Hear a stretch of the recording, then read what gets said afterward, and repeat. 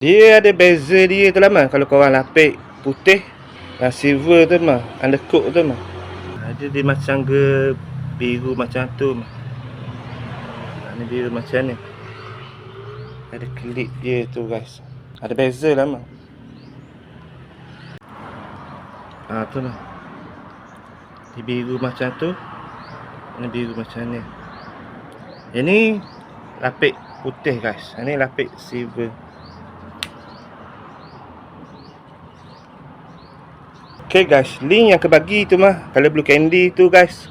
Okay, murah lah guys. RM12.90 guys. Spoon guys. 7 darat 1 inci guys.